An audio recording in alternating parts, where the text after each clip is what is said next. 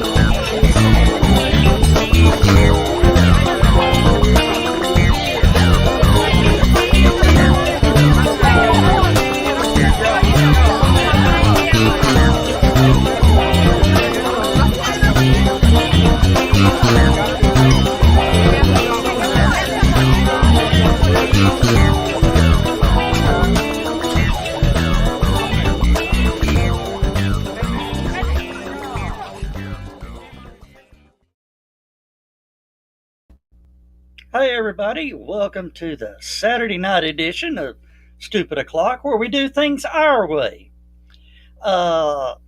We cut loose, have a little fun, address some issues. Like we got a complaint from a Eugene Bolton, and he posted on the Thursday night show that our intro is too damn long.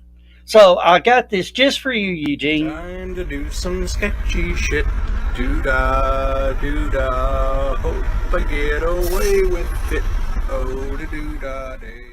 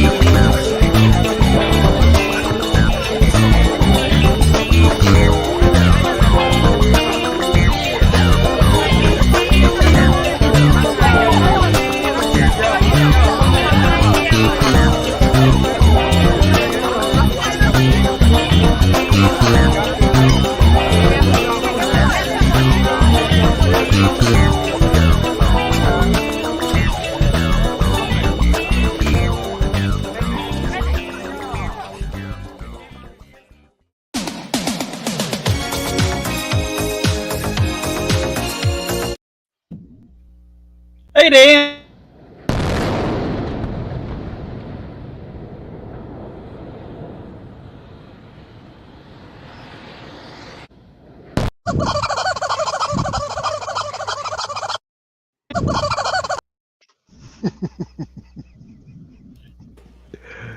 Oh, How are y'all doing?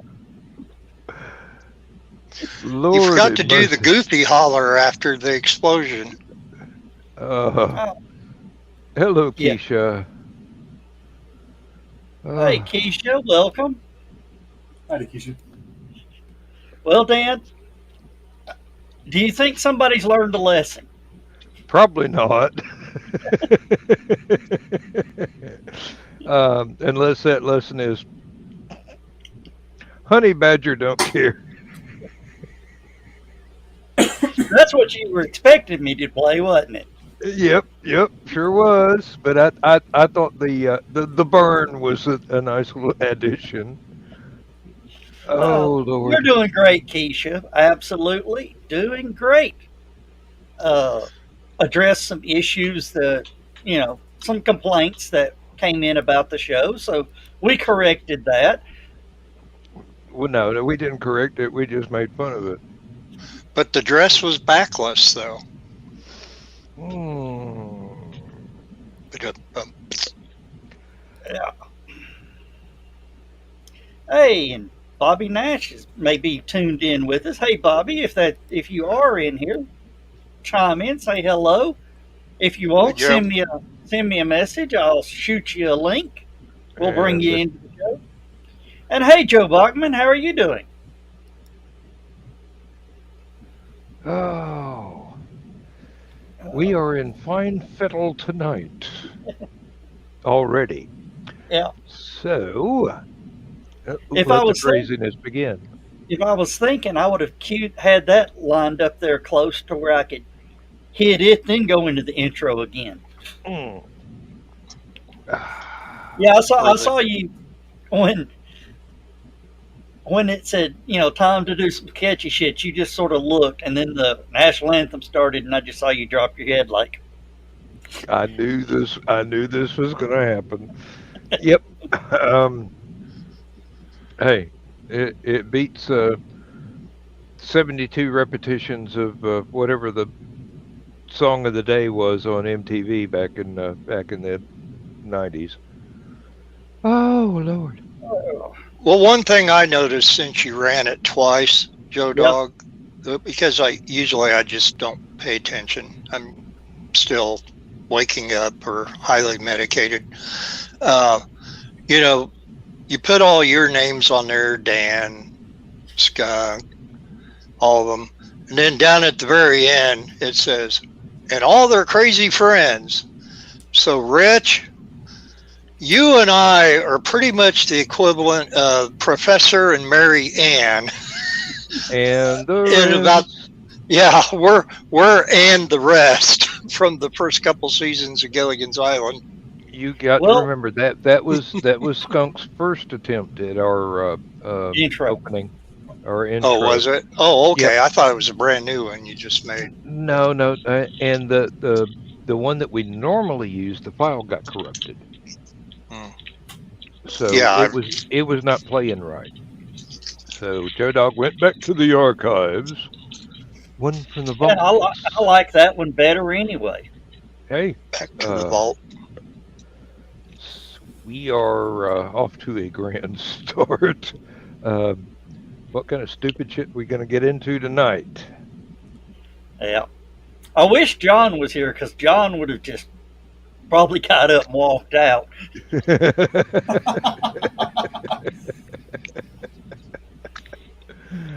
I was waiting for Joe after the second time around to do the intro.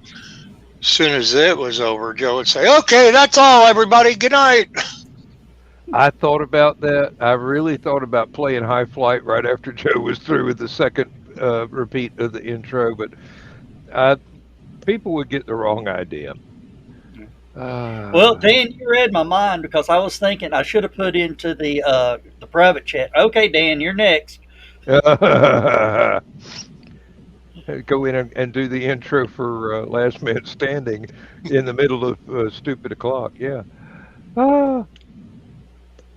Oh, and we got Miss Donna Carleen here tonight And too. Donna missed it. She missed a double time to do some sketchy shit. You got to go back and watch the intro again, Donna. Yeah. Joe, I just say, do it one more time. No. Although, nah, I don't have everything. I really don't have everything here. So,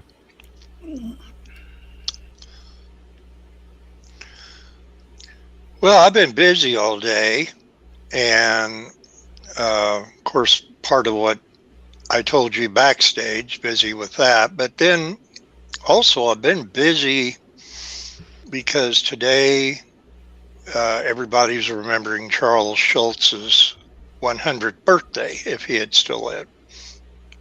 And so I had to put some stuff in the Everyday is Saturday group. A lot of peanut stuff, commercials. I even found a PSA that they did in conjunction with the American Dental Association.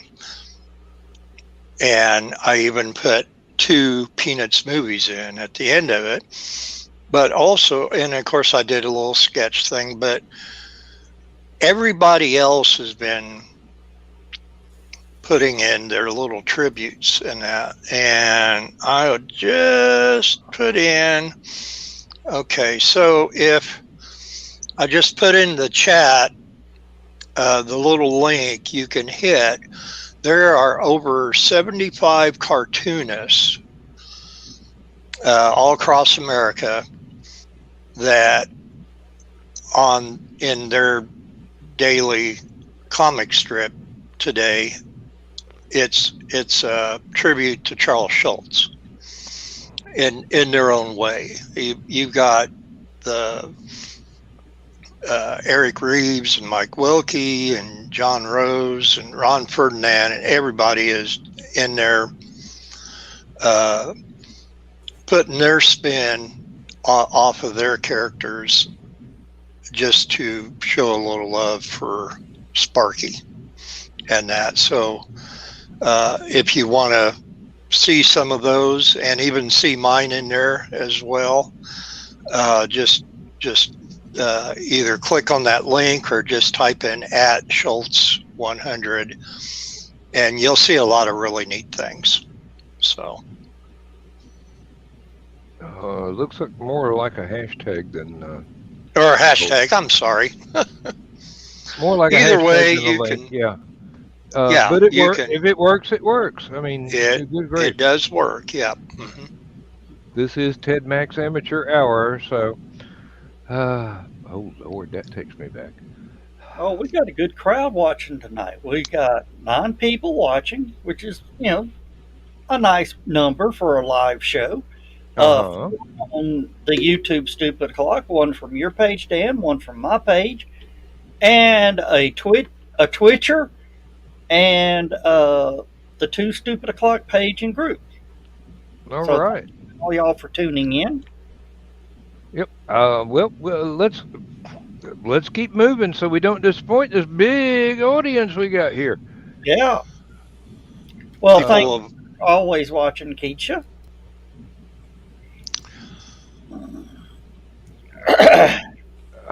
People are probably stuffed from Thanksgiving dinner or tired from Black Friday shopping, and so Saturday night is Stupid O'Clock night. Well, actually, I ate for the first time today. Not too awful long ago. I was still from Thursday. It all depends on the inflection that you read that with Keisha's comment. I'm always watching versus I'm always watching. Yeah. That's the one I was afraid of. It's Keisha. So do you cue the rock? Be very afraid. Do you cue the Rockwell song with Michael Jackson, or do you cue the Police song? Probably both at the same time. and hope for some synchronicity. Well, I saw some of Keisha's photos that she had up from her Thanksgiving dinner, and I thought, good grief.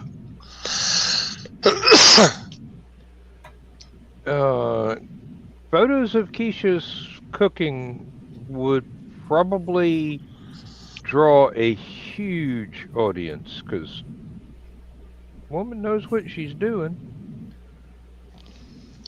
Oh, She put on quite the spread. definitely. Lindsay and I did a little Thanksgiving dinner for just the two of us. And no, don't go into a music cue, Bill. Um, but it was turkey and dressing and steamed vegetables, mashed potatoes, gravy. We had everything but uh, the dinner rolls or the cornbread. But neither one of us really eats that much bread, so that it wasn't like we were missing anything. But I am still. I mean, we've got leftovers out the wazoo here, and I'm sure that's eventually where they're going to wind up. But at the moment, they're in the fridge. So we got something living in the fridge. To quote Weird Al. But it's still we've got enough food for weeks without having to cook anything else, and she's still got another turkey in the freezer, a big one. So that she was going tonight. When I cook that one, we're going to have to get out the seal meal and just have a production line of vacuum sealing all the leftovers. I'm going, honey, that's a good idea. We won't have to buy any more groceries till March. Pretty much. I think we've spent something on the order of $800 on food this month. So our refrigerator, you got to It's full. push the fridge door and the freezer door, and the cabinets are overflowing. Uh, You don't have to do this to close the refrigerator door, do you? give it the iron fist treatment. Yeah, No, you got your hand and you're holding it to it's almost on your arm, and then you yank your arm out and slam the door at the same time. pretty much. Otherwise, stuff will escape. Uh, but no, it's one of those things where I go. Uh, Lindsay took my being part of a very large family to heart. She's got enough for half a battalion. Oh, and it's just me and her, so we're going to be overstuffed shortly. Because we got to go through this before it freezer burns or anything else. So,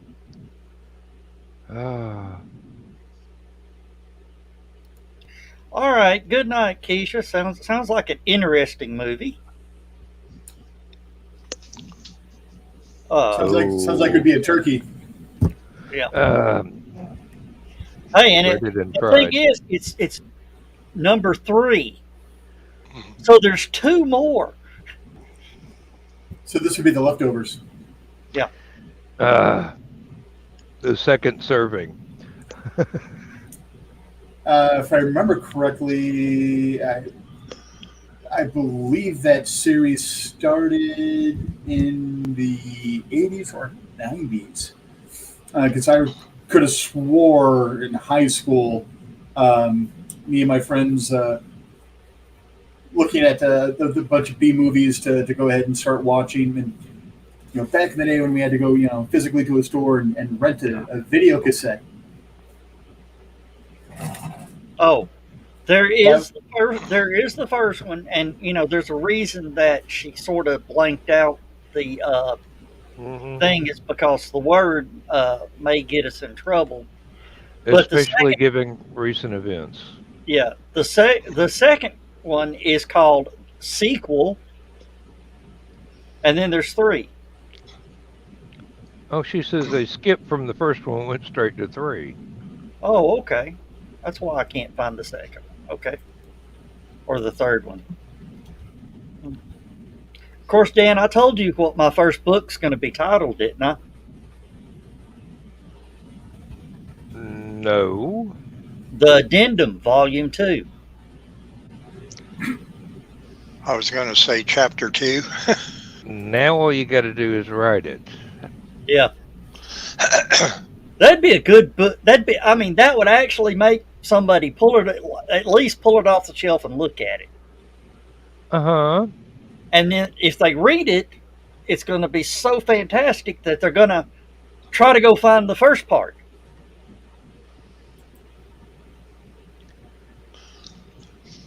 You could title it "Don't Dare Read This Book." Actually, I was thinking that I was thinking that it's too bad Mel Brooks didn't know you, because instead of History of the World Part 1, it could have started off with History of the World Part 2, and everybody going, "Well, where's Part 1, dude?" Anybody familiar with this TV series, One Step One Beyond? Step Beyond, yes, indeed. Yep. It was one of those things like Twilight Zone and Outer Limits. Yeah. From back in the day. That was the third network's trying. I think CBS had Twilight Zone, Outer Limits was ABC, and that was probably the NBC. Mm-hmm. Or I've got them backwards. I think ABC came into existence after NBC and CBS, but my grasp of history is going really wonky at the moment. Hey, Kiri, nice to see you. One Step Beyond was ABC. Okay. One Step Beyond. Mm-hmm. That was a great song by Madness. And there was one with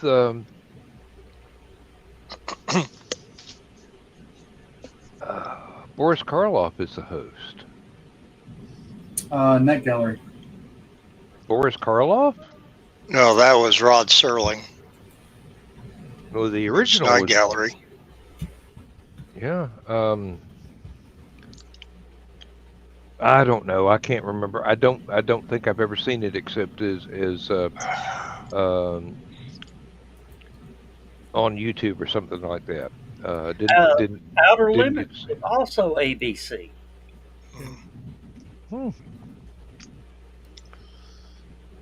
I think I know the one you're talking about, Dan, but I cannot think of the title of it either. I think it was fairly short-lived.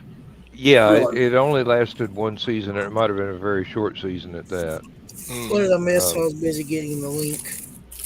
Because I was one of the ones watching. Hello, Chris. And Bill, see, even Chris is in the right color. We were all supposed to wear red tonight. See, Rich, this is why our names aren't in the title. But mine isn't either.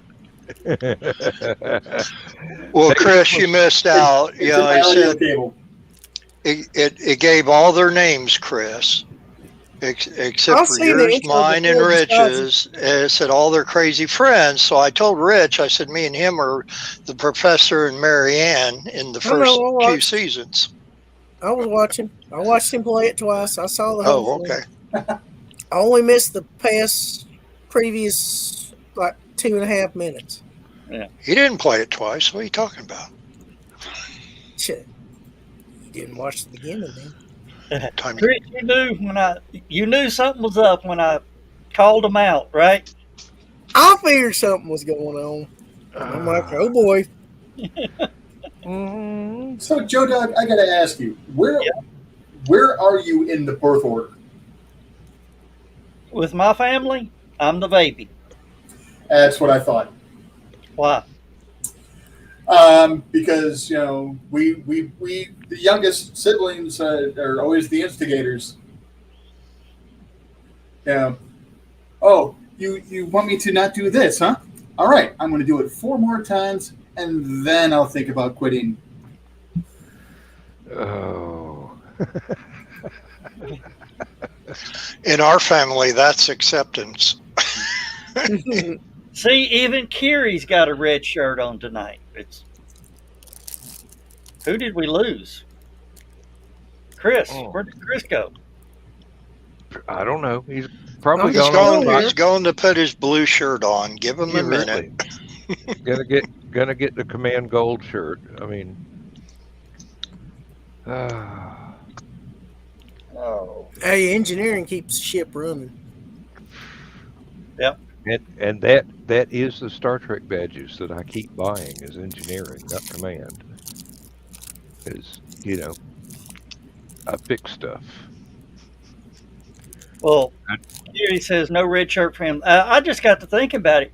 Kiri's always wearing red.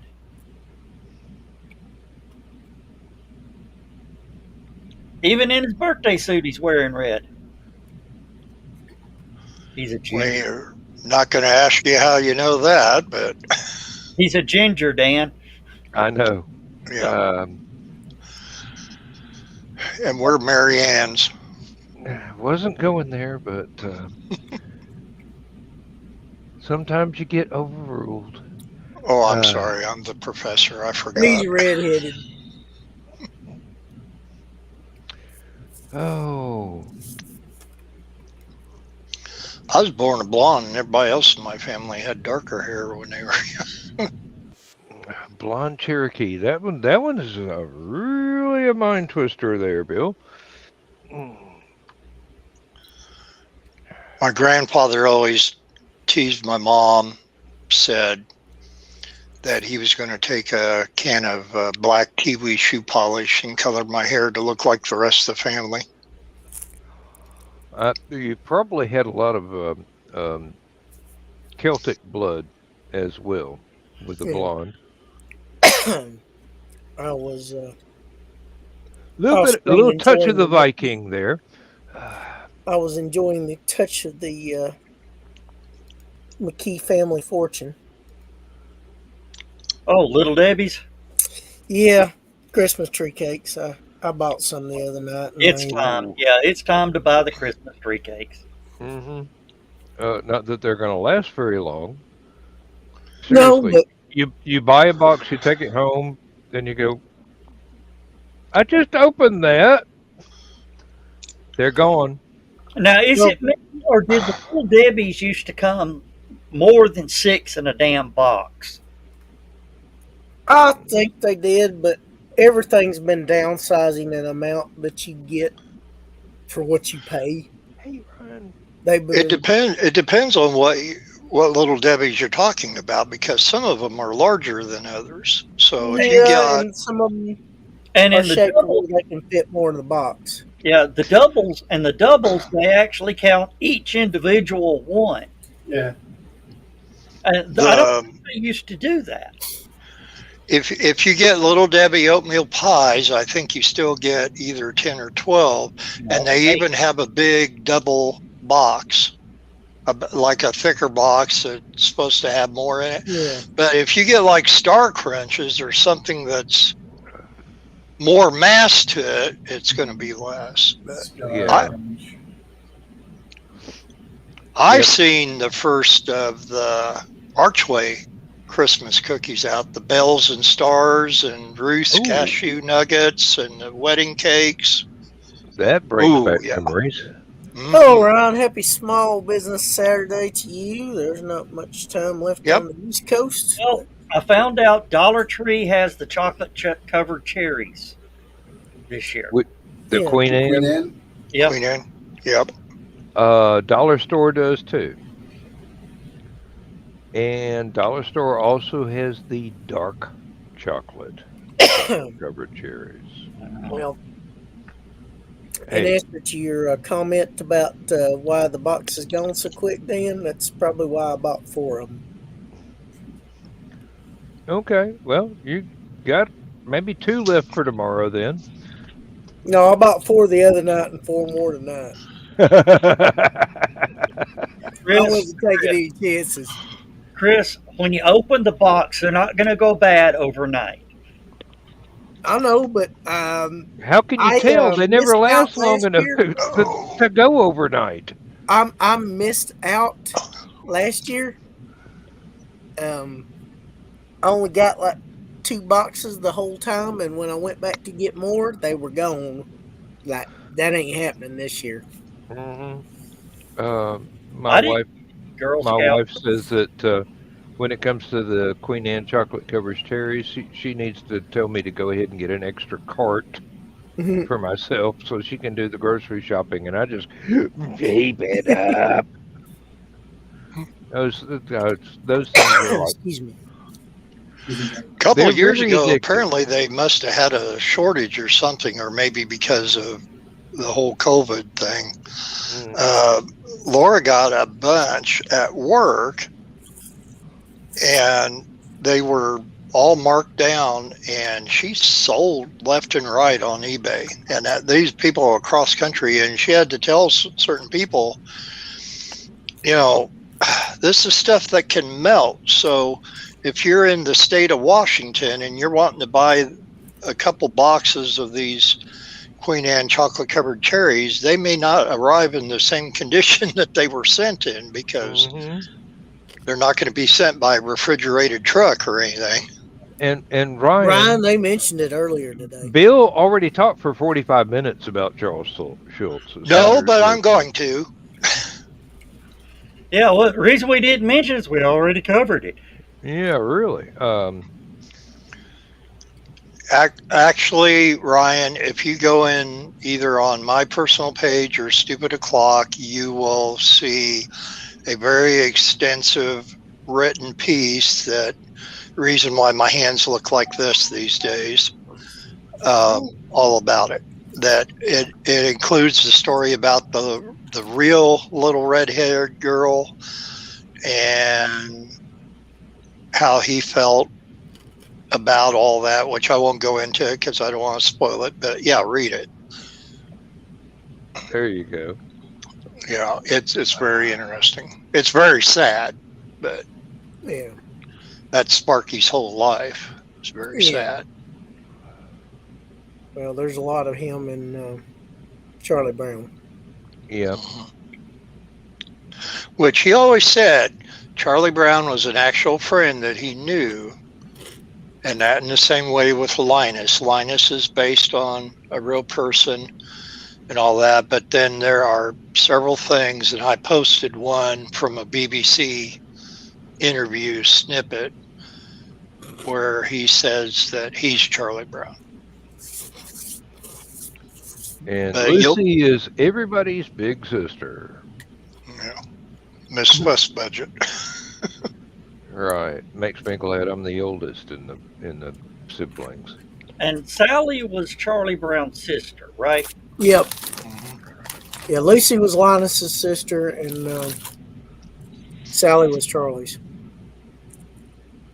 In fact, the theme that they usually play for the specials for Charlie Brown is Linus and Lucy.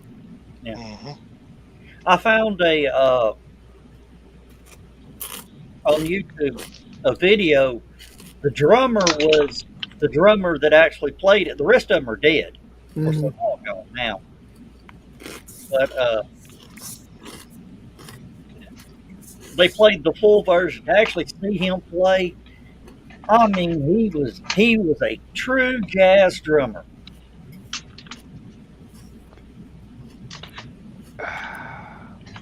Yeah, they started out.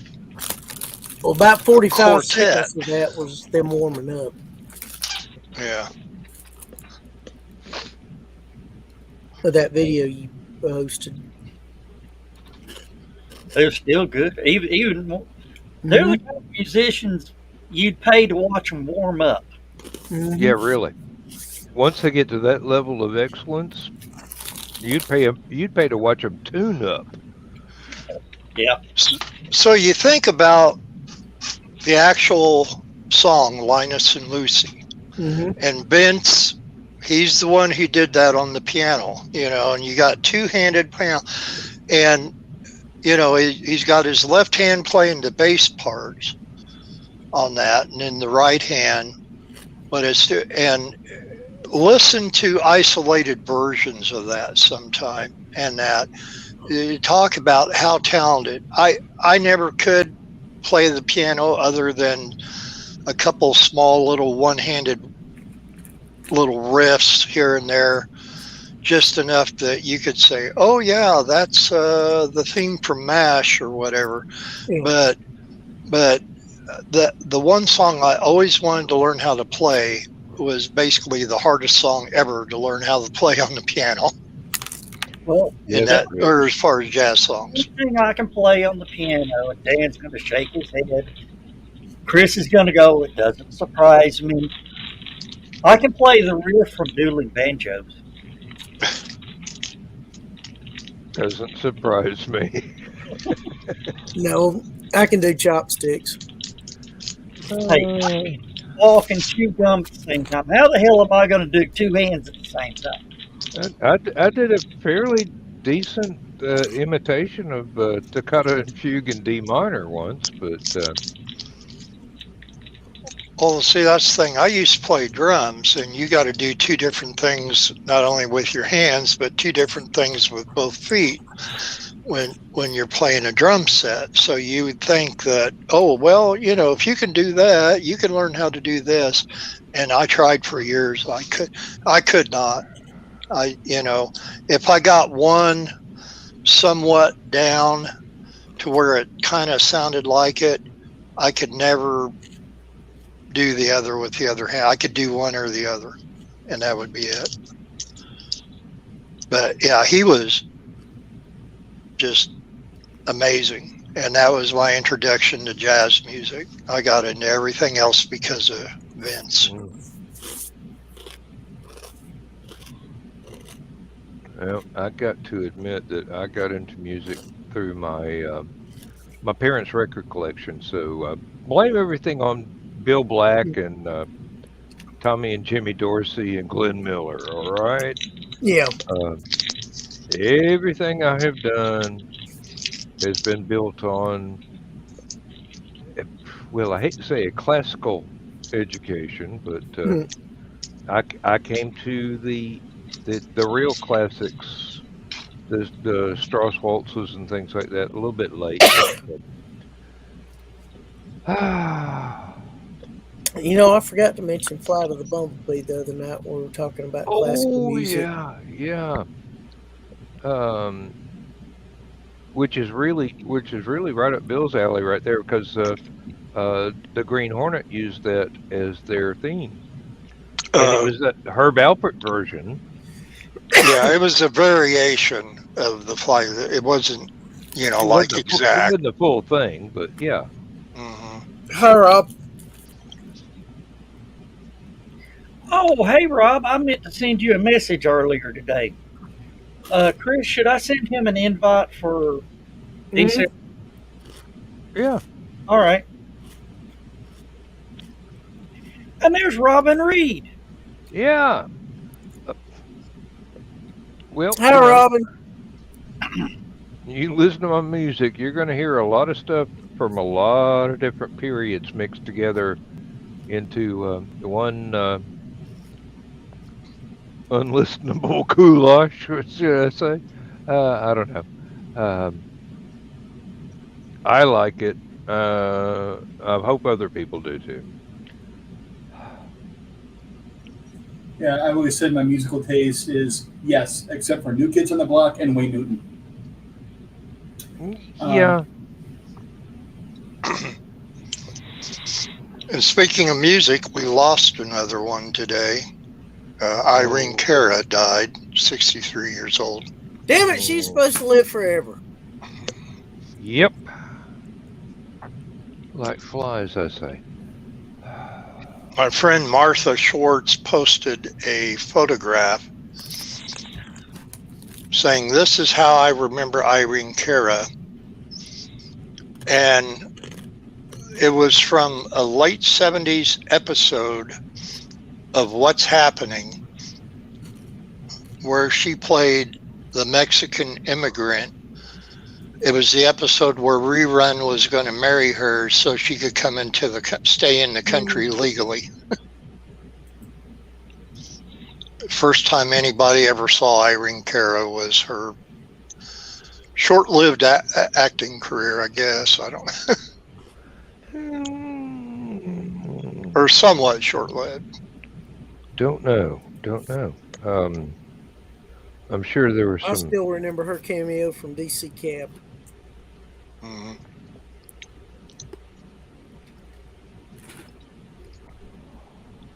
Had that one cabbie that was all about her.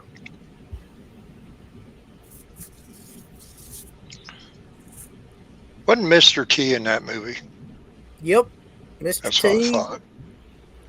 the Barbarian Brothers, back before they lost the excess fat. Gary Busey was in it. Adam Baldwin from My Bodyguard and Firefly Mm. was in it, and a couple other famous people.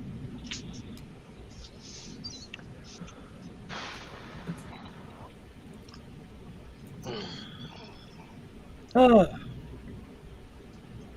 Have you set a time yet, Chris? Probably going to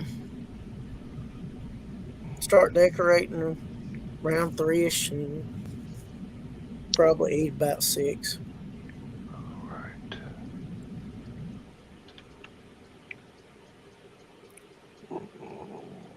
Oh, okay.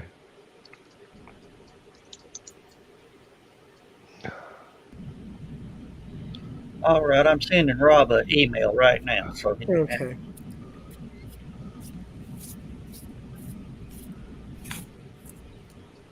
Yeah, I'm a little bit behind doing stuff for it.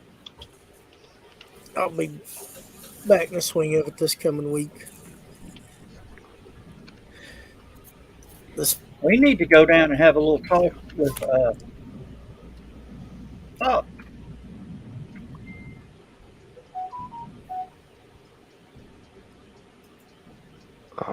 Okay. right. But yeah, Rob, you have an email. Oh, Dan, I'd love to invite you up, but that's a long drive for a few hours. Yeah. Yeah. And although the pain is becoming much more manageable as time goes by, so Yeah. I That's may good. not have to give up conventions. Just got to time everything correctly. Well, So, if you want to obtain a room rate for us. So, I think Lindsay's already insisted that I get another vendor table. So we may have filled out the form already. I'm not sure. I don't yeah, remember. no, I'm talking about for the event upcoming soonest. Yeah. Oh, Yeah. In case we get a little carried away. uh, Hey, that's fine. I'm glad to hear him and her excited about it. oh, she's Especially very her. excited. She Yeah. is very excited. She said that was the best time she's had in quite a while, basically. Not feeling like a fifth wheel. Because when Well, we that's awesome. show up to the other convention, she doesn't have a lot to do, Mm-hmm. but she likes going to the panels and whatnot. And with HallowCon, she's actually part of the action, so she enjoyed that. She really did. Oh, yeah. Well, I'm delighted she had such a good time. I'm already working on opening ceremonies. Hello, nurse. Joe's going to get up there and do time to do some sketchy shit. No, not me. Nah,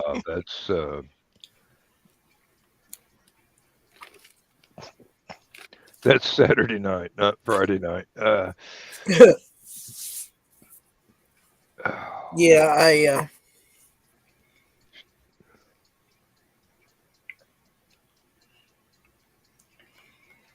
What?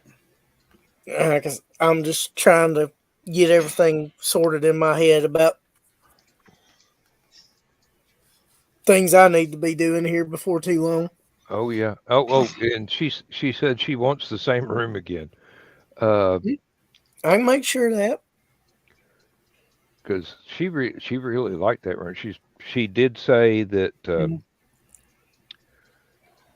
floor needed to be mopped a little better. Yeah. But then she used to be head of housekeeping for a big hotel, Yeah. so she's picky.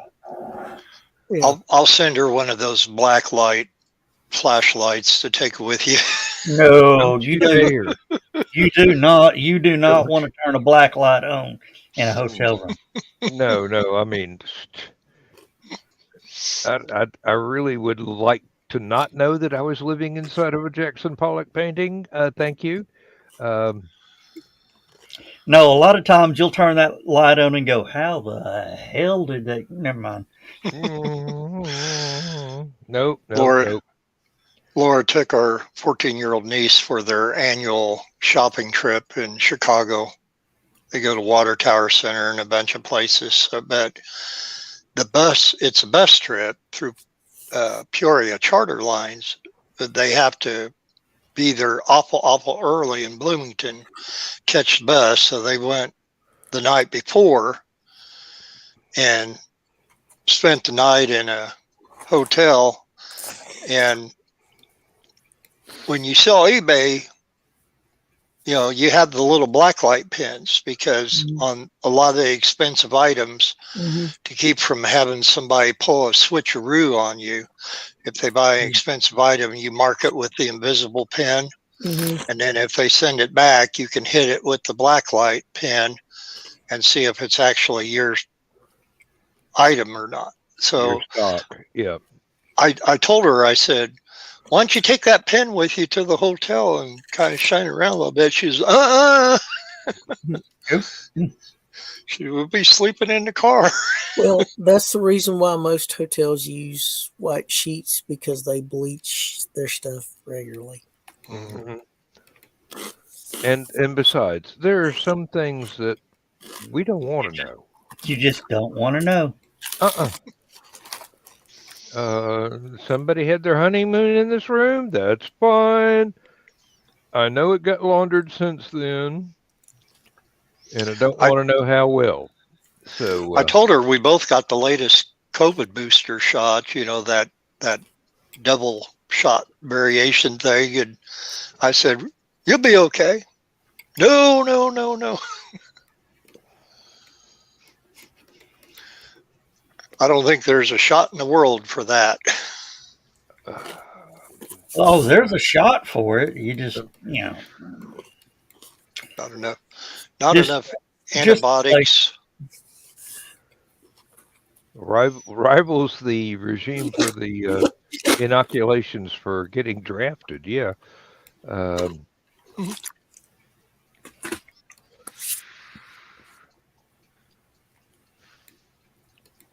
I was just thankful when I was younger, I got inoculated against everything that was possible to catch in the 60s. oh yeah. And And they lined you up at school to do it. yeah, really. Oh yeah. There was one kid that was absolutely scared to death, and I actually spoke up and told the nurses, "Hey, let me go first, and he'll see it doesn't hurt, okay?" And I did, and it didn't hurt. Barely even noticed it happen. It was the big one. I've still got the scar from, with like 57 needles and a Corvette. But it didn't hurt a bit, and I was able to truthfully tell him. You got a super booster shot. No, it wasn't the booster. It was the Was it the original. one with the gun? Yeah. Yeah. Yep. Yeah. It just went like and Well, they Dr. used to. Dr. McCoy's hypo hadn't even been invented yet, but this was the prototype. So did I not hurt. remember standing in line for it, but I don't have the cigar.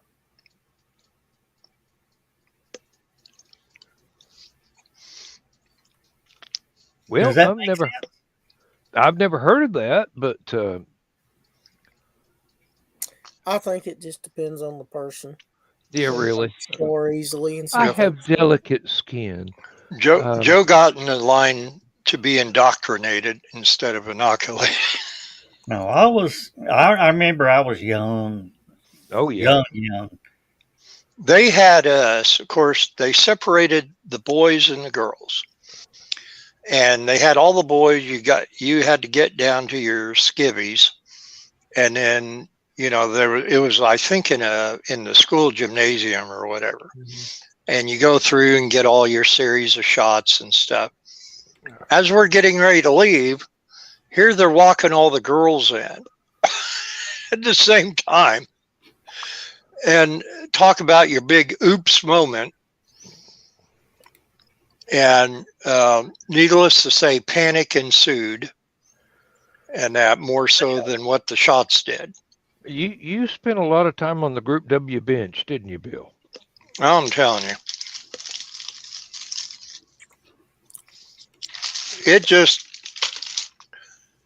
But I remember that shot hurting for the next week or two. Oh. Mhm. It left a bruise for one. You're talking about the scar, but then just a bruise in itself from it.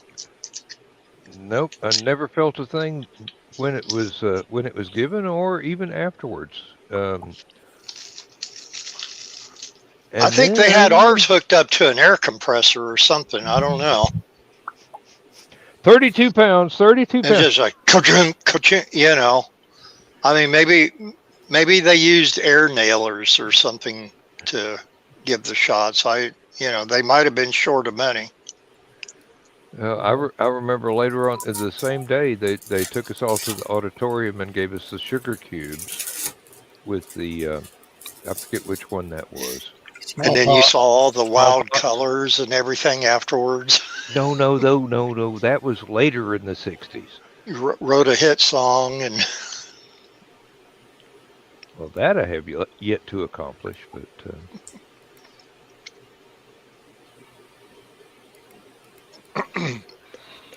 Oh, do you remember when Sonny Bono got in trouble and they made him do all these public service films against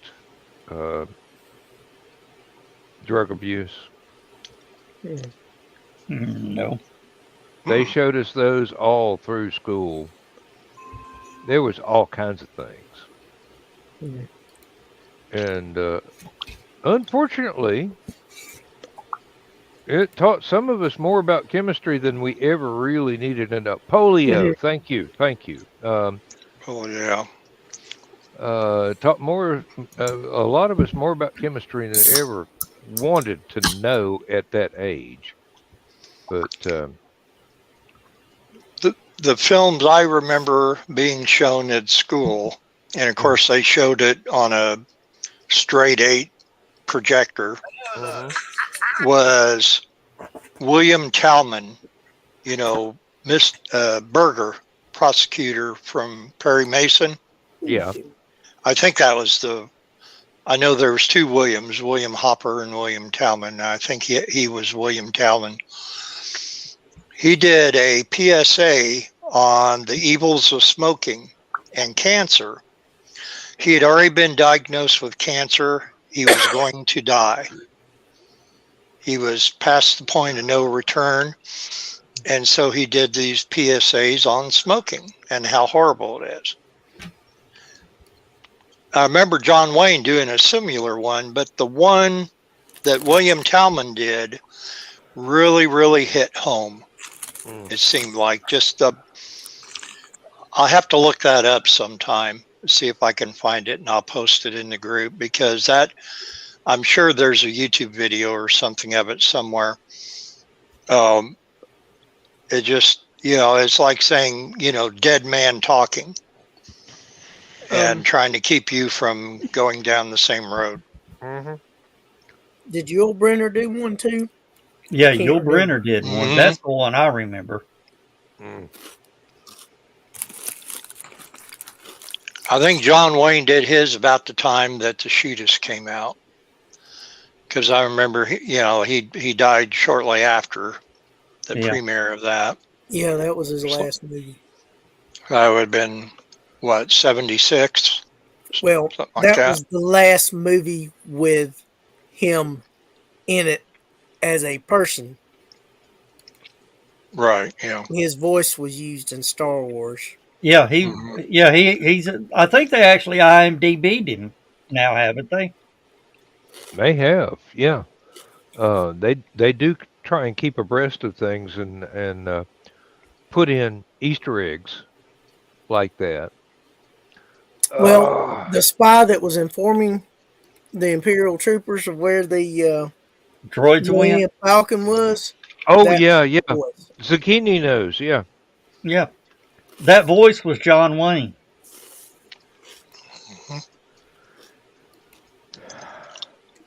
Well, Pilgrim, they went that way.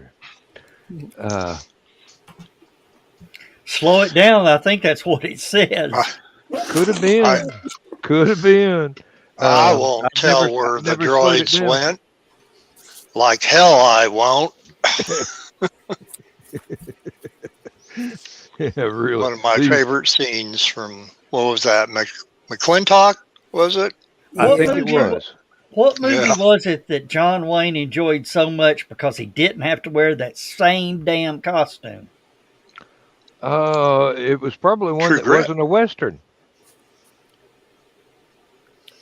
But yeah, everything Wasn't it I've heard White that Man? a lot of the movies that he was in, it was the same freaking pair of pants, shirt, and vest. And Yeah. the same gun belt, yeah. Everything except his socks and underwear. And knowing studios, they tried to get him to wear that too. Hey, man brought his own, okay? It's He- John he- Wayne. You gonna argue? probably- I ain't gonna argue. He probably got to do whatever the hell he wanted to after a certain Mhm. point. Oh, 'Cause there's he was box office gold. there was one writer that did alternate universe stories and cast John Wayne in all the Clint Eastwood movies, all the Dirty Harry stuff. So Wow. it was John Wayne instead of Clint Eastwood. Oh, those deep fakes. Yeah. No. This was in a series of novels. Oh, okay. It was just an alternate universe. So not only did he do his own John Wayne movies, but he did all the Dirty Harry stuff as well. Oh, well. Yeah. Now imagine that. Imagine John Wayne. Do you feel lucky, Pilgrim? Well, do ya? Oh. One of my favorite movies with him was The War Wagon. I love that one. I really love that one. Not only the actual plot, but the concept itself of an armored stagecoach. Yeah. And I like him Big and, Jake, Little Jake because of him Yeah. having the sons in it. Yeah. No, that was good. I mean, a lot of his movies I loved. Rio Lobo, Rio Bravo, The Searchers. The Man Who Shot Liberty Valance. Yeah. One of two movies that he was in with Jimmy Stewart, who's my favorite actor. But, speaking of Westerns, Well, this isn't really a Western, but the episode was. The other night, they had on the Twilight Zone episode that had Lee Marvin, James Best, Strother Martin, the guy who played, I think it's Stanford Rep, the guy who played Chief O'Hara on the Batman TV series. Uh-huh. I think that's Stanford Rep. And it was Stanford or Stafford? Or maybe, I'm not sure. I can't remember. Now that you said Stafford, it just kind of screwed me up. So now I'm not sure. But anyway, it's the episode where Lee Marvin was hired by this town to go after this bad guy, this killer. And he kept coming back to their town after he would be out looting and robbing and pillaging and raping and everything else. And he kind of claimed the town as of his own. And Lee Marvin went supposedly to chase him all over the place, but supposedly never caught him. So the beginning of the episode is the guy is dead because the people in the town got together and they ambushed the killer and shot him dead. Now, the killer was so badass, nobody would admit to saying it was my bullet that killed him. They said only one bullet out of 8 that shot at him killed him. And so the guy's sister came into town when Lee Marvin finally showed back up, and she kind of was giving him hell about saying, yes, my brother said that you were always never around, and he actually waited for you on a couple of occasions to catch up with him, but you never did. And, you know, and of course this is infuriating Lee Marvin, and they're all at this cantina.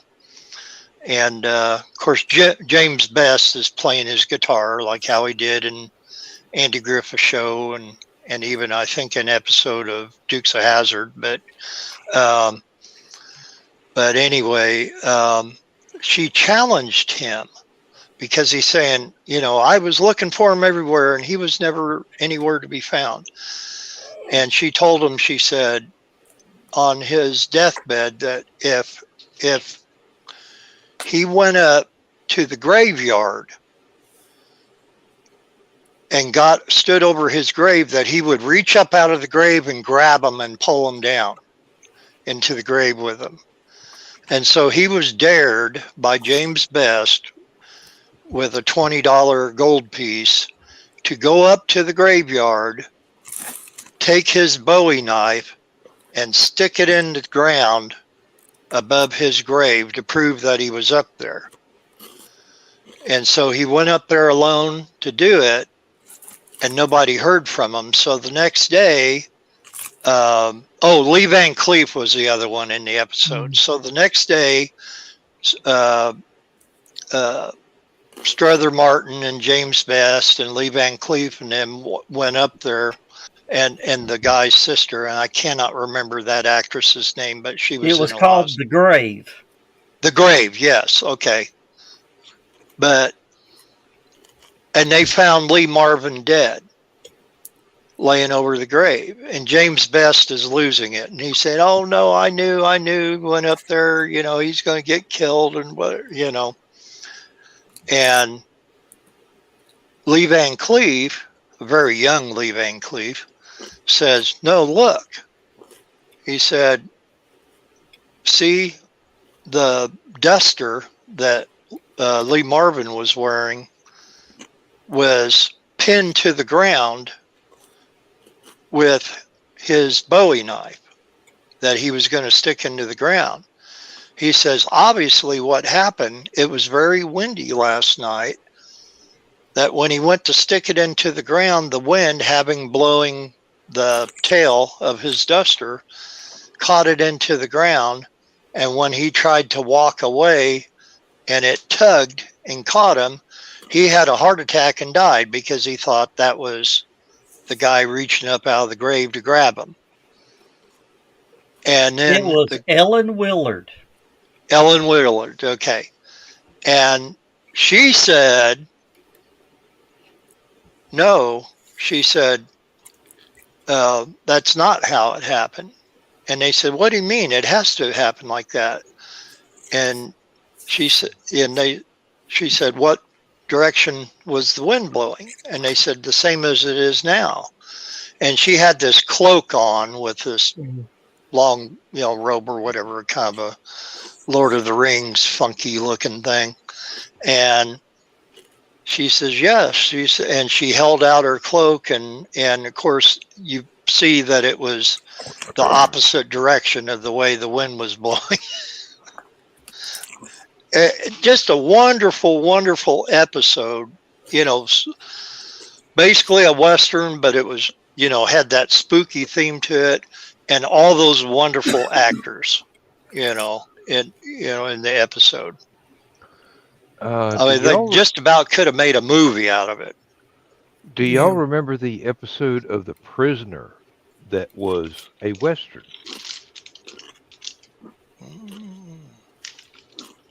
I mean, it's one of the few times that Patrick McGoohan got to play in a Western. And it was in his own series, basically. The Prisoner was his idea. But it was very, very well done. And it was the only episode of the show that did not start with the normal credits for the rest of that ran in the rest of the show. It started with him on a horse riding into town with the thunder rolling and the lightning cracking in the background. And it played out all the way to the absolute end as a straight Western. And then it turned out it was, once again, the number two trying to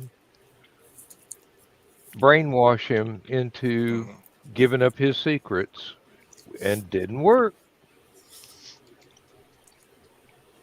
That's one of the best, it's one of the best episodes of the series, actually. It's very, very effective. The ironic thing about the Star Trek episode where they go to the planet and it's like a Western thing, and it's the Earps versus the Clantons. Yeah, Hour of the Gun. Hour of the Gun. Every one of the actors, with the exception of George Takei, were actually in Westerns, either TV series or movies that at some point up to, well, not only up to, but of course past that episode as well. So it was like,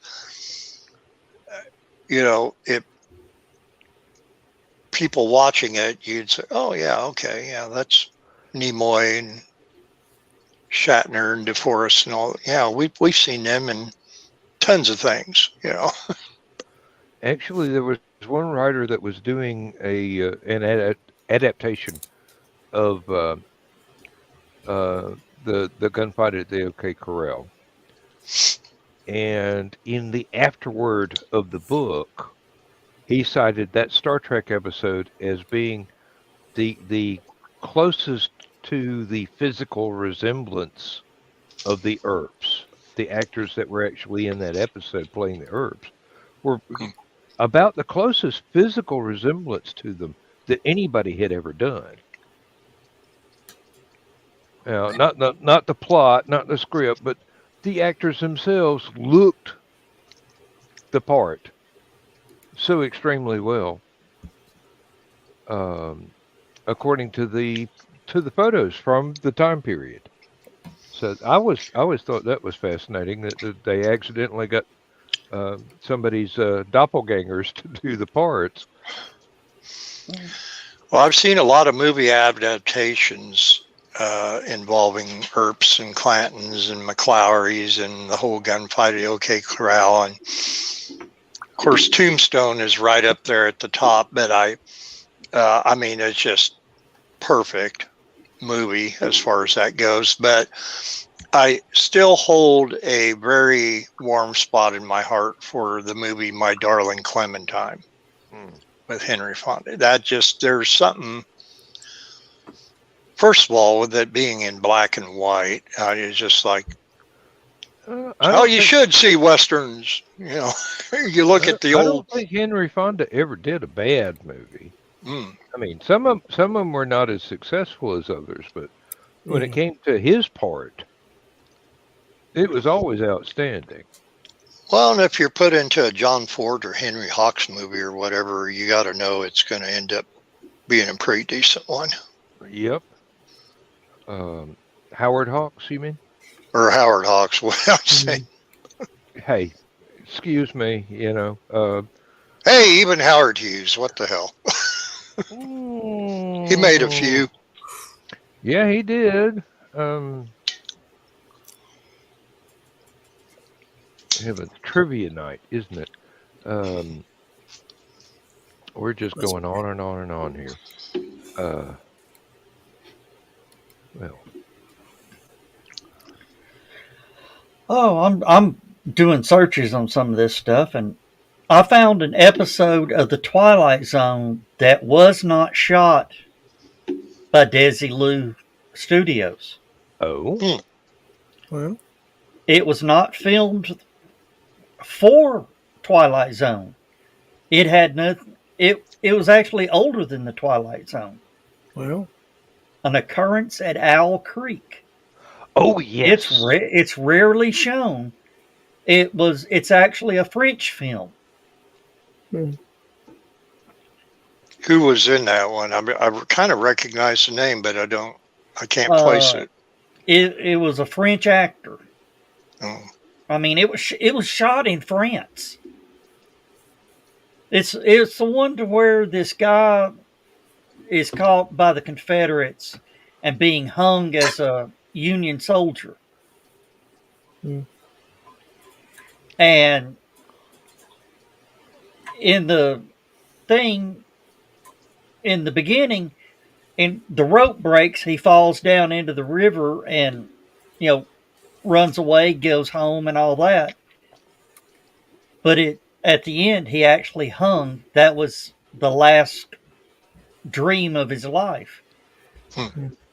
Does it say who the writer of the original story was? Because I keep wanting to say Ambrose Bierce, but yeah, that sounds right.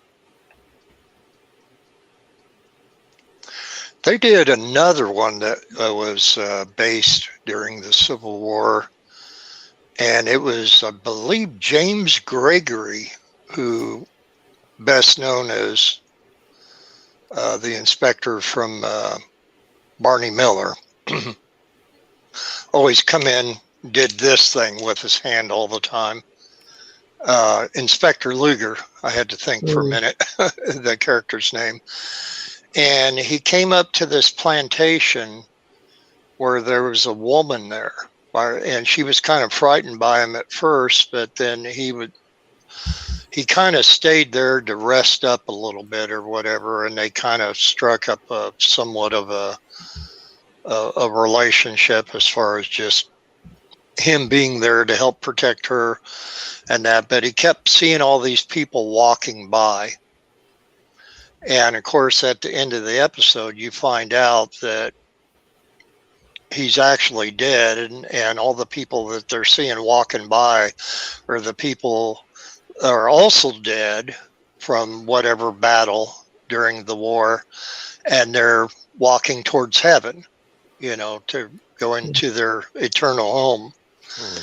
And he didn't want to go at first. And I won't say any more about it other than that, but it's really interesting one. The one I watched last night on MeTV, and I cannot think of the actor's name. He played a ex-Nazi commander that was the commander of the concentration camp in Dachau. And he goes back 15 years later to visit it. and actually walks in there because then at the time, they kept all the concentration camps there as a reminder of what happened, and they didn't, cancel Oh yeah, culture kind of tearing things down. yeah. He changed his name, changed his identity, Yep. and the ghost of the camp recognized him.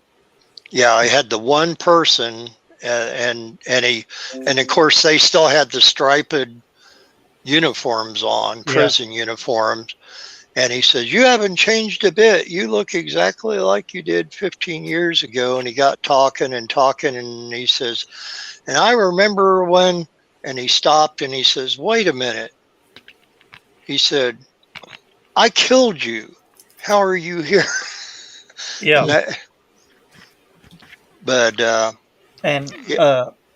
to the occurrence at Owl Creek. Yes, that was Ambrose Spears. Thank you. It was nagging at my brain.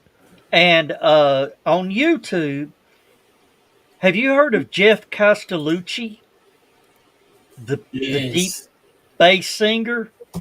He does a reading of it on YouTube on his channel. Ooh. Yeah, that's something I'm going to tune in and listen to. So That's... Donna Carlene, occurrence at Owl Creek Bridge. Jeff Castellucci reads it, so that'll be something you can tune into and listen to as you go to sleep tonight. Yeah, good luck going to sleep after that.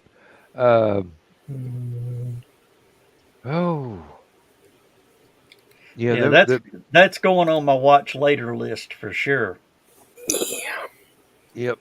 Now that man weird. Is too talented. I hate him.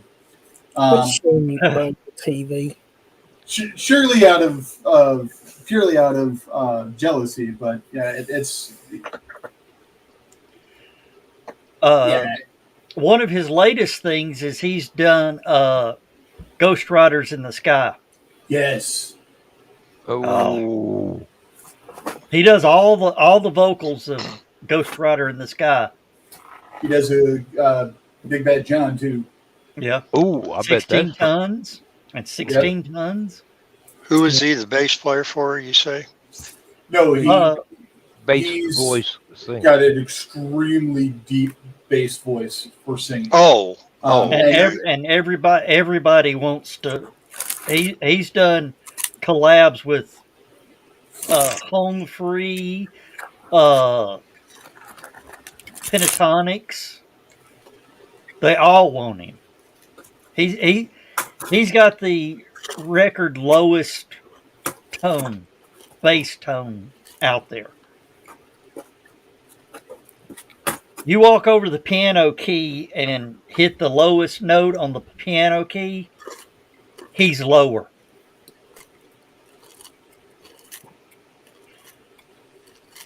Kind of a James Earl Jones type of voice. Yeah. Oh, lower than that. Yeah. Yeah. I'll put it to you this way: he can blow speakers. Yes. Mm-hmm. I believe he's one of the few people who are considered an octavist. There's the hell's his name? Ari, that used to be with Pentatonics. No, there's another gentleman. I cannot remember his name to save my life at the moment. African American gentleman. He's just got an insanely deep voice as well.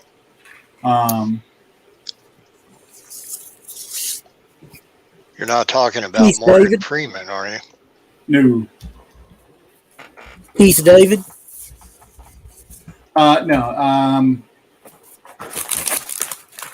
See if I can find it. He's the gentleman I'm talking about. Has got a YouTube channel. I'll see if I can find it. If I can find it, I'll go ahead. I'm scrolling now. Oh, he's done. Castellucci's done Blackbird, the Beatles song. Oh wow! I bet that's impressive as all get out. Yeah, because the vocals on that are not meant to be bass on it. That's Well, he can Paul sing did actually it, in the but higher range as well, That's which is bass again one of the voice. reasons why I believe that's the one. Now, having grown up listening to the Oak Ridge Boys and oh, come on now, Johnny the Cash. Statler Brothers. Statler Brothers. Thank you, Bill. You're welcome. Those two groups had an amazing bass singer as well, but Oh yeah, this guy goes deeper than that. William Golden's voice was golden with the Oak Ridge Boys. And yes, Joe, that bass voice is the singer I was thinking of. His name's Eric. I'm going through it right now. Yeah, he's an octavist. All it says is his name is Eric. Eric Holloway is his name. Hello, Carl. Better late than never. Yeah, Carl, you definitely have to catch the opening of the show. Carl, I'm surprised you're up this late because you got your Sunday morning covert grocery shopping early. Oh, did y'all see that video I posted? I found out what Carl does on his secret Sunday morning missions. I'm afraid to watch. I don't think so. There's this old guy about Carl's age, got the Carl beard, has a twin jet powered go-kart. Wow. And he drives the go-kart around one-handed holding a selfie stick. And Don't give him any ideas. It almost looks like Carl with the beard and the way the helmet is, but he's got hair about as long as you do, Dan. Oh, okay. Well, mine's going to be cut sometime soon. I haven't quite gone the full year yet, but it's about time for me to get another haircut. And Carl goes, that old guy is a badass. And Donna says it's hilarious. It's hilarious, yeah. I mean, this guy is grinning from ear to ear, having the time of his life,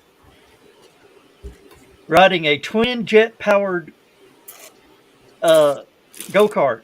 And it's one of those, what do they call them?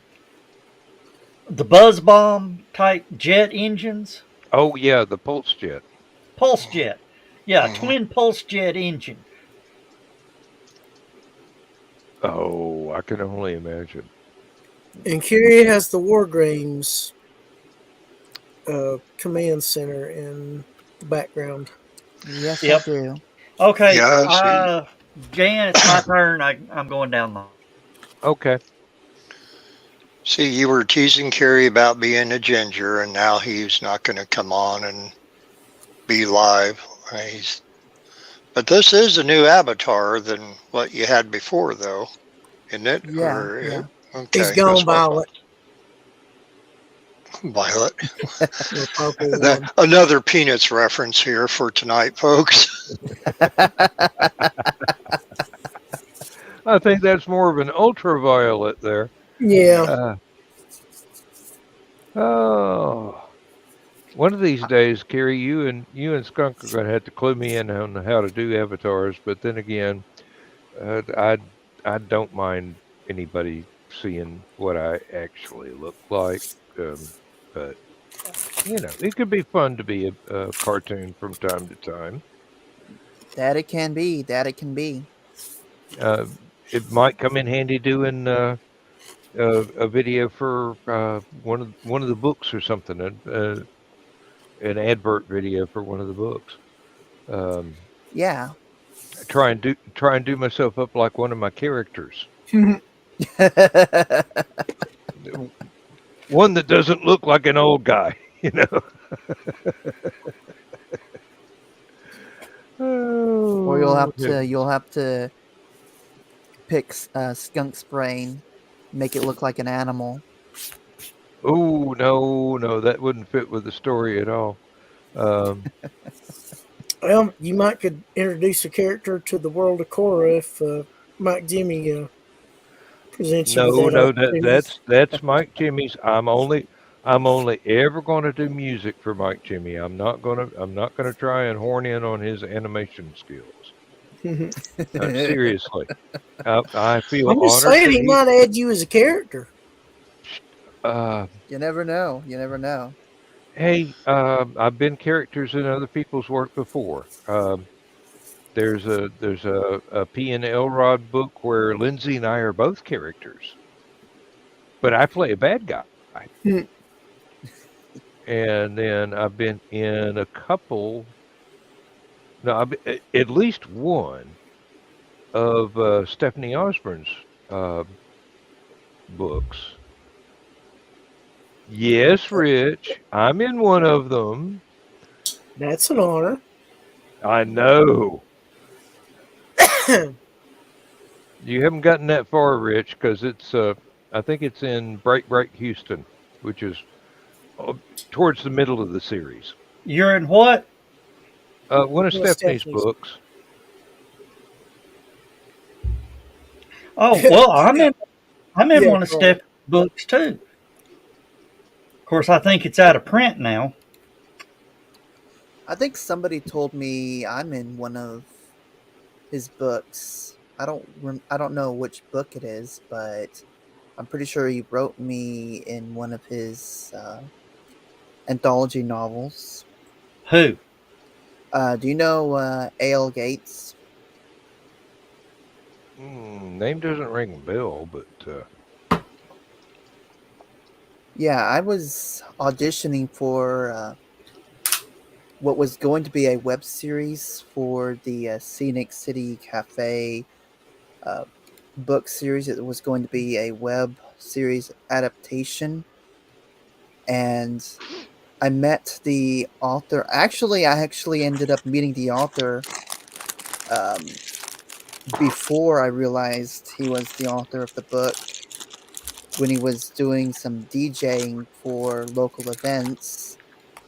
And I stood out so much that he ended up writing a book about me because I went out on the dance floor, performed, you know, Michael Jackson dance moves, and he was really impressed with how I danced and stuff. So he ended up writing something about me in one of his books. I would have to figure out which one, but if that web series actually went forward and had a second season, he actually had a role for me. hey, that's great. Yeah, and I'm actually in a book from my author friend Christopher Woods.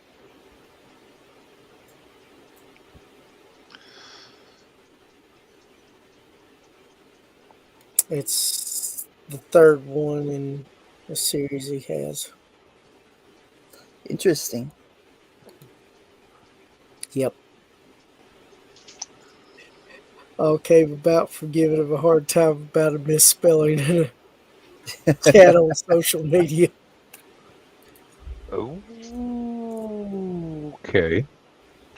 Oh, it's funny. We're both been laughing about it for probably a couple of years now. Okay. Yeah, it's kind of like I've said on more than one occasion. If you can't take a joke, you shouldn't have signed on.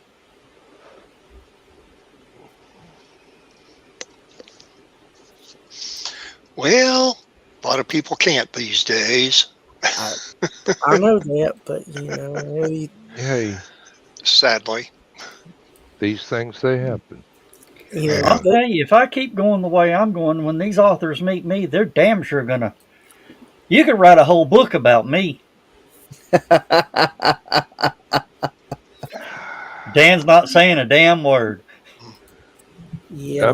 I'm just thinking creature from the Black Lagoon, really loud. Um, No, I'm Dan. just hoping Stephanie includes you in one of her novels where they find a way to refine your methane into rocket fuel. Oh. No, I think Dan's actually put me in a book I I or did. or a I story. did. I did. It was one I was co-writing with Stephanie, but I write too slow, and the project got canceled Mm. because I write too slow, and I didn't think big enough. But that was one of the best scenes that I wrote. Seriously, Oh yeah, I went out. I went out. Dan, with a honest to bag. God, I believe if shit was really in that situation, I'd have been the one to do that. Hmm. Well, that's one of the reasons why it was one of the best ones that Dan's ever written. Hey, Scenes. it's just you want to see a ring trick? Oh yeah, exactly, exactly. Um, uh, I wish it hadn't fallen apart, and I've still got the manuscript, but it's one of those things where it's probably never going to see the light of day. I did a lot of stuff in that particular piece that was I was at the top of my form, but you know how fast Stephanie writes. Oh yeah. I Now, could not keep up. I could not keep up. well, don't you think Tom Darby could pull that? Needs a guy like that at some time. That's an idea. I'll have to remember that. You know, maybe in one of his flashbacks of his wartime. Yeah, definitely. I've already got him into the 70s now, but it doesn't mean he can't reminisce about something that he saw happen. Yep. God, no That's shit. my No shit. There it was. There was this crazy dude. hey. My goal is to be Tuckerized in at least 1,000 stories. You probably will on your way, whether it's been overtly mentioned or not. I can't imagine anybody ever meeting you in person that isn't impressed with not only the quality of your character, but you being a character. When Well, Yeah, you there. said Carl, you can tuckerized, bring. I'm thinking three headlights at front that move in the direction of the wheels. No, that's a term. What's the how does Stephanie can explain it a whole lot better. Wish she was here. Uh, Yeah. Um, I think that's one where you get in a novel and you don't get killed. I can't remember what the word is for ones that you do get killed in. red shirt. Yeah. It's basically drawing a pastiche on a real world person, bringing them into your Bring them fictional into a universe. story. Yep. Yeah. And it doesn't. With Tuckerization, it doesn't matter whether the character gets killed off or not. It's one of those things where you describe the character so well that everybody knows who it is, even though the names had to be changed to protect the. I was- Mm. I started And to say sometimes the innocent, but that don't apply to Joe Dog. Uh, and sometimes the names don't get changed at all, yeah, or that's they're true too. slightest of changes. yeah, that book with Stephanie. She used my full name, and I wasn't the main character, but I was a damn good side character. You've read that one, haven't you? I'm About the New sure. Orleans ghost in the In the Sherlock displaced Holmes. in the Yeah, displaced detective series, yes, yeah, yes, I have. and some Yes, of the I have. Yes. Hmm. Well, Carl, you would have been welcome on, and you could have brought Calvin with you, oh because yeah, Yeah, really. Yeah. Well, of course. Or just put 'Cause I Calvin had- on, and then you can go to bed, Carl. We'll talk to Calvin. Shoot, Calvin might strike up a good conversation. Calvin Hey, ate it up. I Well, passed attention. I passed everybody in the impromptu green room tonight a link to join us.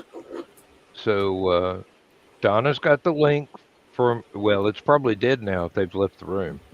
Um, but everybody that was there got the link, and I told them, you know, hey, let's fill up this thing and make it look like the Brady Bunch here. We can still squeeze in 4 more people, and boy, would that be entertaining?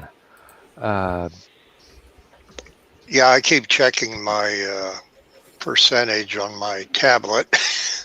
yeah, yep. Down to about 39. So it's Well, see, here's the deal. When I have it plugged directly into my tablet, when I'm not using it for the show, I have it plugged directly into the side of my tablet, and it'll charge up 100% fairly quick. But when I have it plugged into this hub that has the headphones plugged into it, and then The other charge time for the falls yeah way short. yeah it would not drain as quickly as if it was not plugged in at all, period, but it still goes on a slow drain. So but yeah, I've checked, and so that's why I didn't back out at 11, because I thought, oh, it's 44% still. How about that?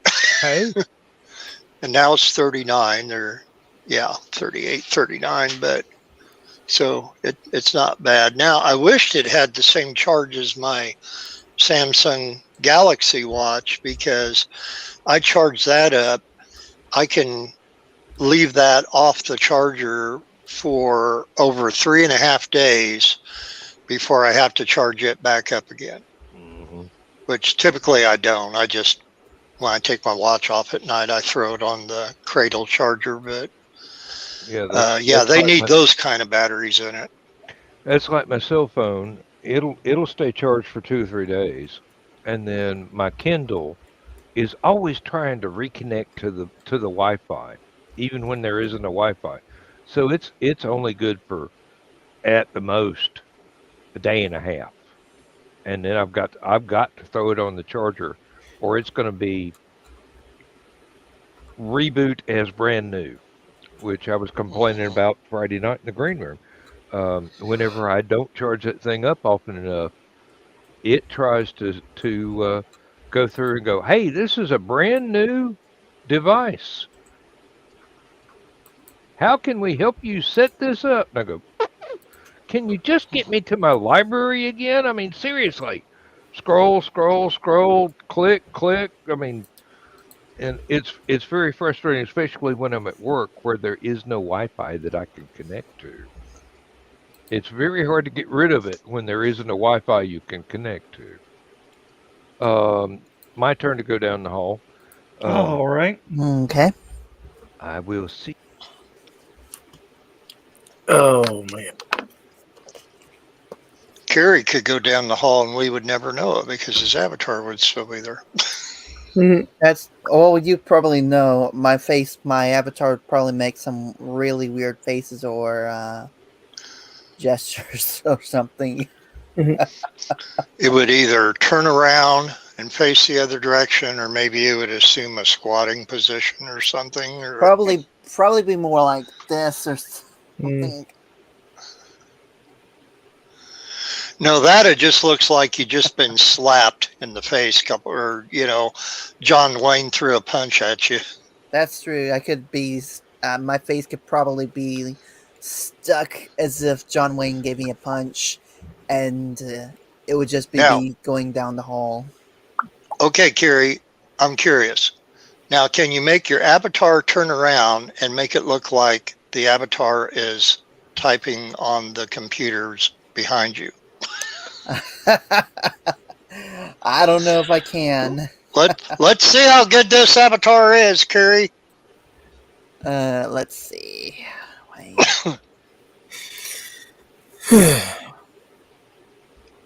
Oh, he just turned out the lights. Whoop.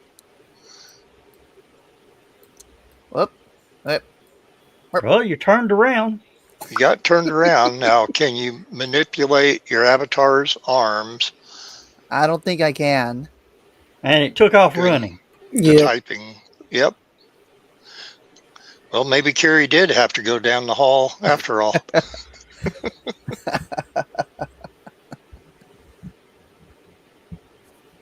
Thanks a lot, Rich. Now I'm stuck trying to listen to this bass singer and pay attention to the show at the same time.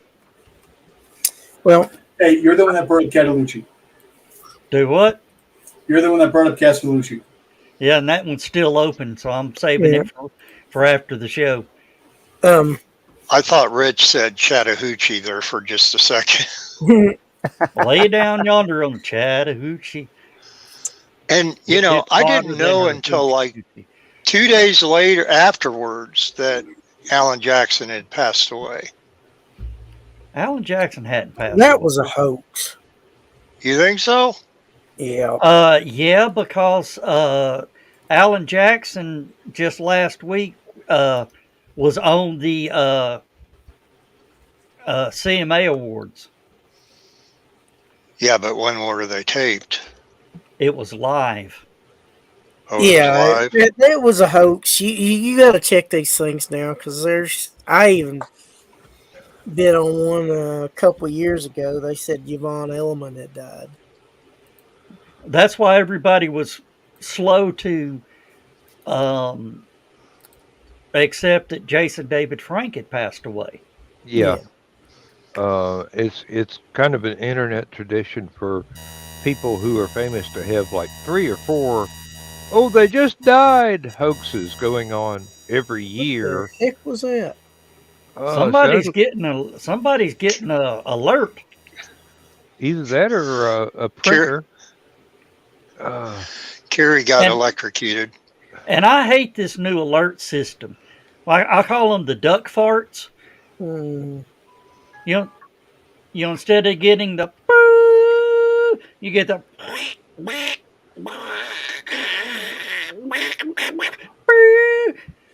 I hate that. It sounds like duck farts. All You right. okay, Rich?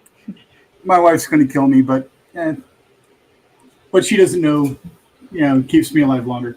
What did you do? Actually, it's what my wife did. Shortly after we got married, we'd been married not even a week at this point in time. I'm at this point in time, I'm working a lot of days that are 20-hour days and stuff like that, just because of the nature of my job at the time. So at home, I was home basically long enough to just barely sleep and then be right back out the door. So I'm sitting there and she's getting ready for bed and she's, doing her prayers and stuff like that. And I'm drifting off. I'm just a gnat's ass away from being completely out cold. And I swear to God, it sounded like there was a duck quacking, screeching in our bedroom. I sit bolt upright trying to figure out what the hell's going on. She's trying to stop herself from laughing. She falls off the bed. She's laughing so hard. She passed gas, and it sounded like a duck.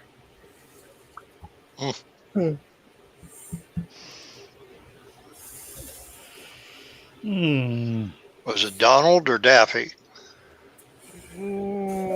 Probably Howard at this point. It sounded like an actual mallard. Surprised the hell out of me, scared the hell out of me. And then my wife's grandmother, farts were extremely funny. She loved the fart game and stuff like that. So just this little old lady just dies laughing every time there's gas because gas is fun. I guess while she was married to her second husband, they were both working in the prison at that point in time, and they're getting ready for bed and stuff like that. And I guess my wife's grandmother had passed gas, but it was so loud it sounded like a shotgun blast. Her husband dove out of bed yelling, "Get down, they're shooting."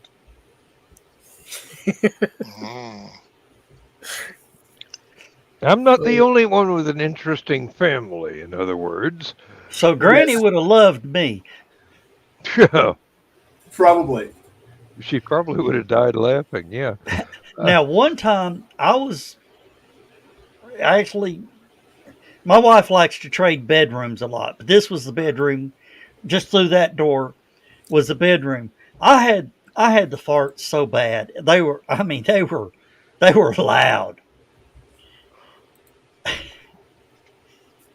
I ripped one off, and my son, in his bedroom, with both doors closed, screamed out, "Dad, are you okay?" Wow. Just another explosive decompression, son. I yelled out, "I am now, son." That's That hole in the ozone layer just got bigger. I'm Yeah, reading and I where stole that they're line talking. from Andre the Giant. Yeah. and that's I'm why I reading- won't hurt anybody that wants to give him deviled eggs or pickled eggs. I am gonna. I've got to attempt the pinto bean cake. In Not around private, me, we you hope. don't. I'm afraid you may be on privately, your though. own for that one. And I'm for God's- reading the article here about the hoax about Alan Jackson, and that said that he stayed quiet about the rumors of his death. But apparently, one thing was talked about, though, after that he did talk about that Charcot-Marie tooth disease. It's a neurological disorder that affected the way he, as far as him being able to walk and that. And apparently he inherited that from his father. And he did speak up about that, I guess. The only thing I inherited from my father was a good, solid work ethic. And I'm glad of it, too. One of the most common inherited neurological disorders affecting an estimated 126,000 individuals in the United States, 2.6 million people worldwide. Okay.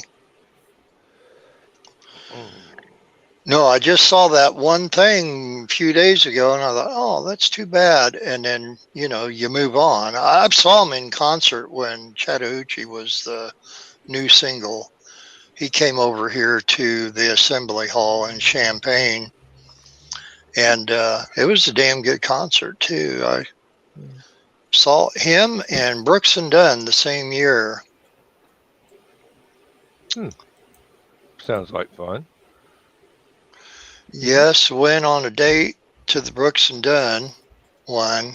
I am not a dancer. I always tell people I don't dance. I play bass guitar. But the girl I was dating at the time said, we're going to go to this. She bought the tickets for my birthday. And she said, we're going to go to this concert. And when they perform Boot, Scoot, and Boogie, I want us to be able to do that. And she knew all those line dances that were popular in the 90s anyway. She did actually teach me how to do it. It took me a long time. And when they got out there and started performing it, where our seats were, we were close enough to an aisle that we got out into the aisle and started to do that dance. And then here comes everybody else out into the aisle, and the aisles was full of people doing the boot scooting boogie dance. Mm. Oh Lord. Thank God there was no Facebook or Really. anything back then. In the age before cell phones, we got away with a lot of stuff that we would definitely be embarrassed by now. Oh my. Well, that's why people are a little bit more tamer these days about certain things. Yeah. Oh, guys. I am so glad that the cell phone age did not hit while I was in college, Mm-hmm. Yeah. because there were a lot of things that if I had been filmed while I was committing those terrible errors in judgment, I probably would still be red faced to this day. Oh, yeah. Oh, guess what? It's about that time.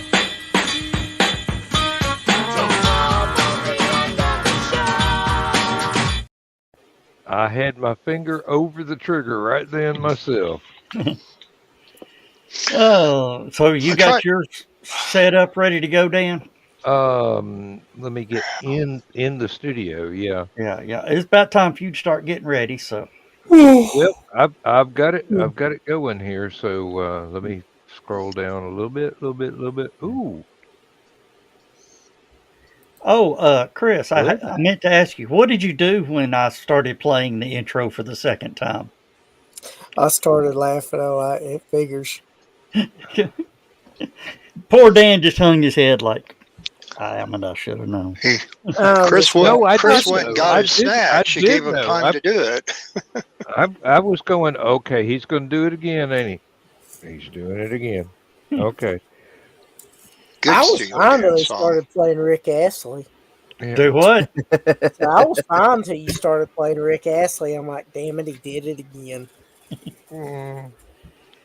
Hey, it's one of them things. Yeah. Uh, Rule one about stupid o'clock: never complain what we do about what we do on stupid o'clock.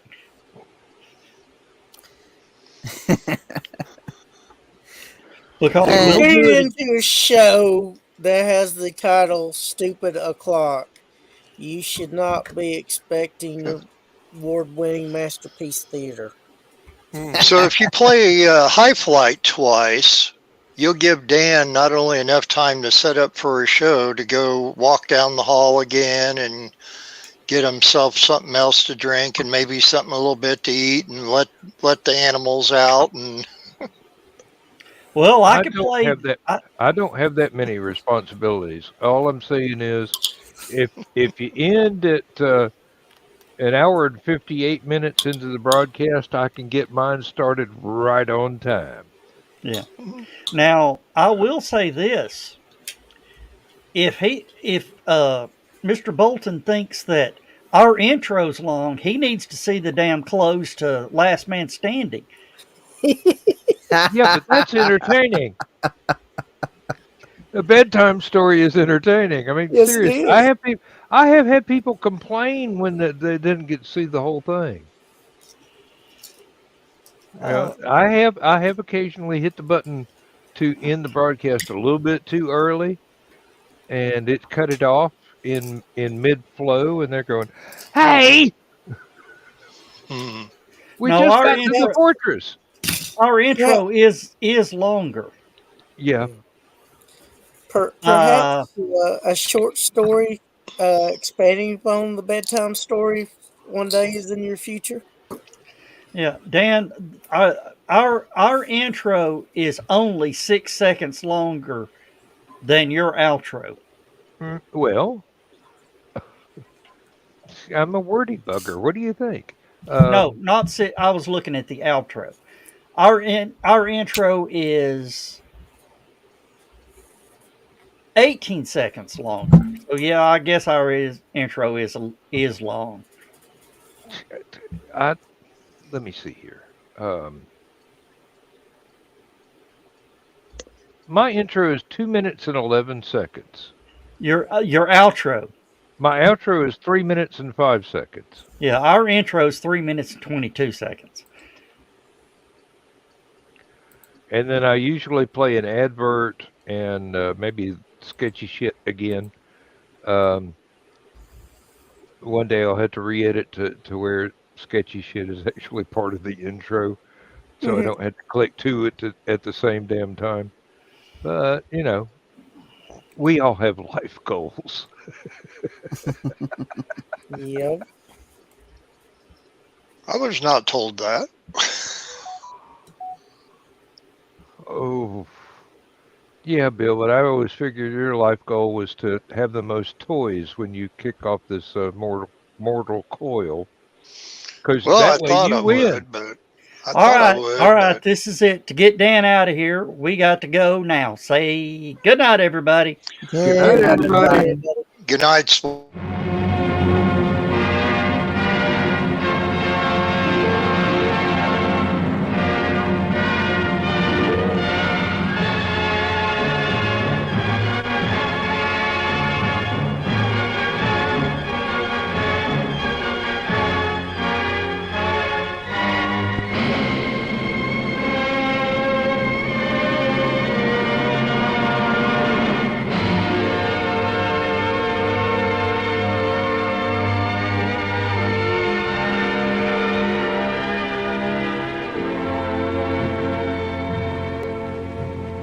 I have slept the surly bonds of earth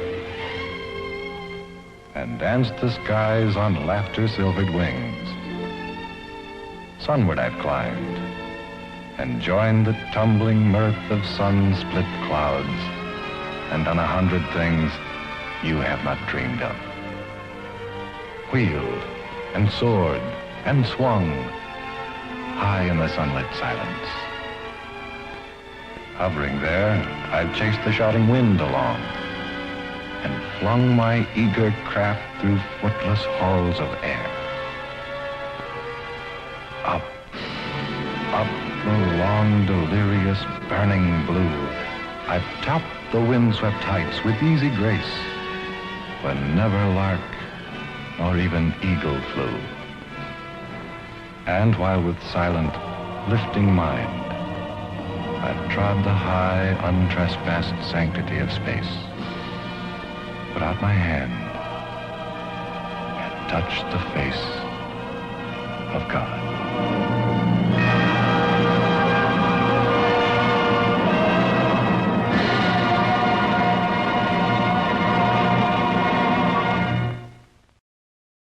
I'm sorry, sweetie. Honey Badger doesn't give a shit.